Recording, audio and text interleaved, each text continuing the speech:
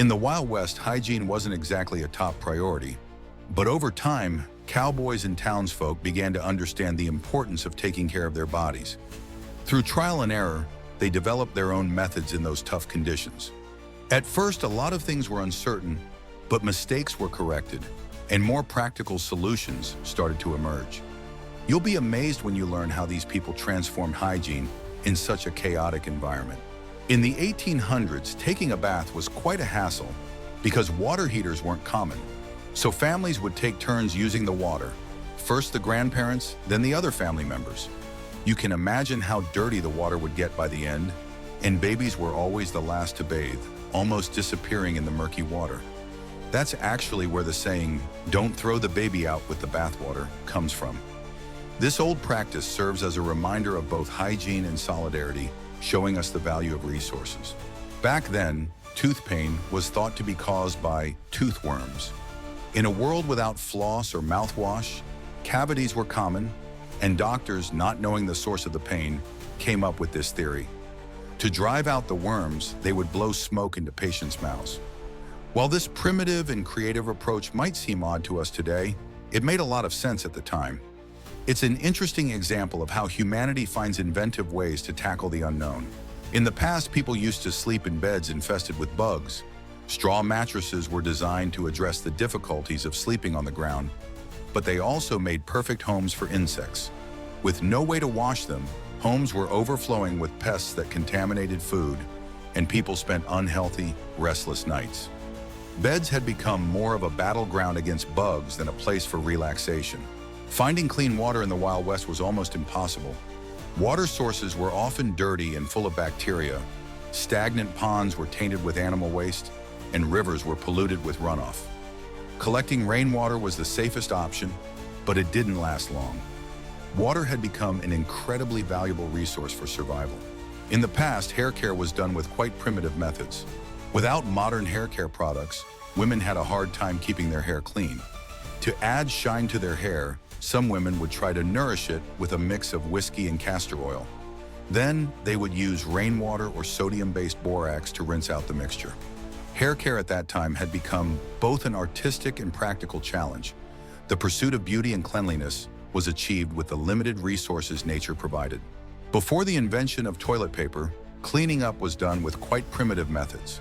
Until the late 1800s, people had to use natural materials like dry grasses, leaves, stones, bark, and sticks to clean themselves. These methods weren't exactly up to modern hygiene standards. In the past, soaps often caused problems for skincare.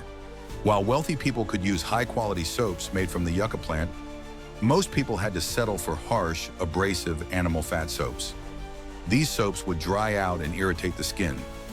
The lack of suitable soap led to issues like body odor. However, there was one advantage to these harsh soaps. They overcleaned the pores, providing a natural defense against bacteria and diseases. Toilets were in pretty bad shape. A simple pit inside a cabin not only spread bad odors, but also increased the risk of fecal bacteria contaminating nearby homes because it was built so close to them. Additionally, these primitive toilets attracted insects, and when the pit was full, the toilet had to be moved to another corner of the property. In the Wild West, long hair on men was more a part of the tough living conditions than a fashion statement. Cowboys who went weeks without washing and wore the same clothes for days, soaked in sweat, faced fungal infections. The real danger wasn't outlaws, but infections that started, especially on the feet and underarms, and spread with dirty hands. In this lifestyle where hygiene was difficult, infections became the Wild West's hidden enemy. In the Wild West, towels in saloons were one of the most striking examples of how hygiene was overlooked.